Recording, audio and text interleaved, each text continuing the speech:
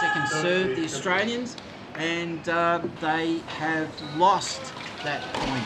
So the Europeans have drawn back level, even though the Australians lead 4 points to 3. The Europeans have the advantage because they've got the next 2 serves. So they managed to get that.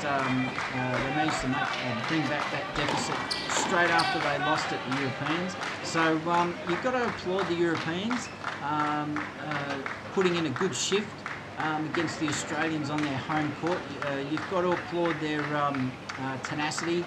They've obviously got a bit of ticker as they win their first service point of this particular stanza. So it's still 4-all, and the Europeans are serving their second serve of this particular stanza, and the Australians have broken again. They have taken a point back off the Europeans, and for the second time in the second set, they lead, and they lead by a solitary point in the tie-break. Now they've got 2 serves to come, the Australians, and all they need to do to win the title is they just need to hold their serve on both of these points, and at the moment they're leading 5-4.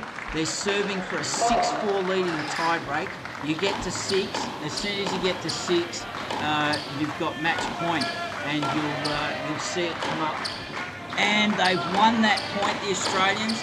They are serving for the title. They are 6-4 ahead in the tie-break. It's 6-all in the second set, but they're serving for the match. And I'm going to double-check this by looking at the full screen. They've got match point, the Australians, serving at 6-4. They've taken 2 points off the Europeans in this game. They've got a second serve for match point, 6-4.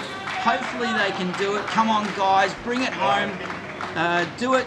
Emulate the Special Ks and be the second pair of Australians to win the Australian Open doubles title on the men's side of the draw. 6-4 in the tie-break. It's drawn out. And they've done it. I think they've done it. 7-6. There we go. They've done it. The Australians are through.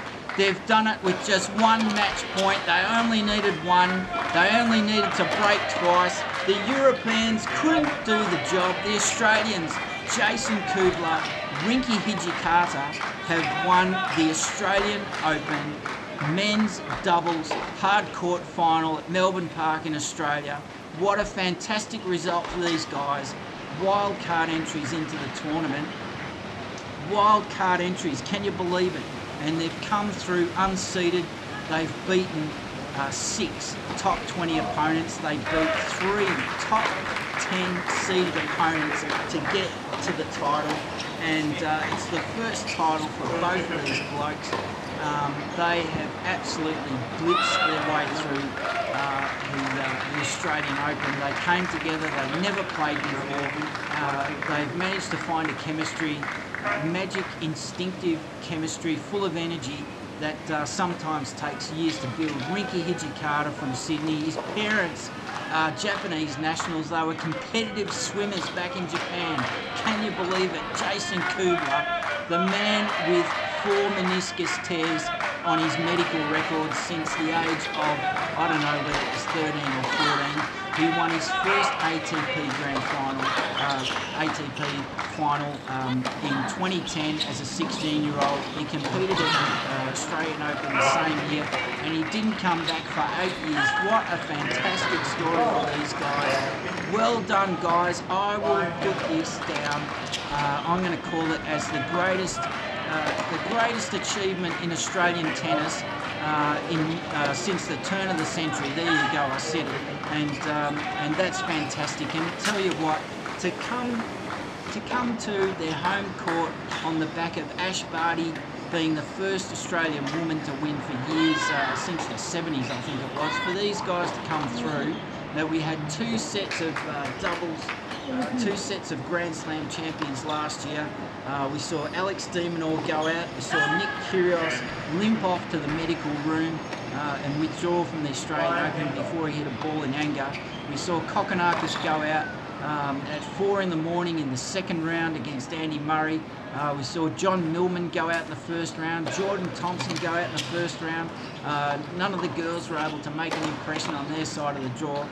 This is just fantastic for Australian tennis. It's a sensational story, and boy, we can't believe our luck that we've managed to ride the train with these guys, ride them all the way through to their debut title.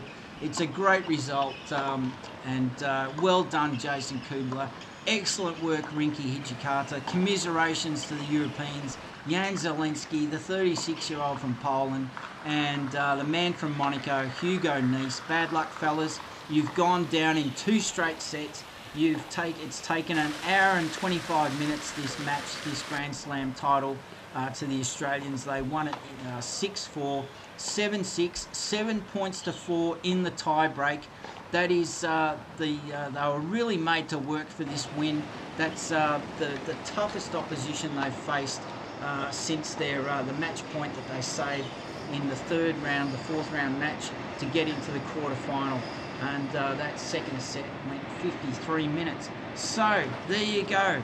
That's the tale.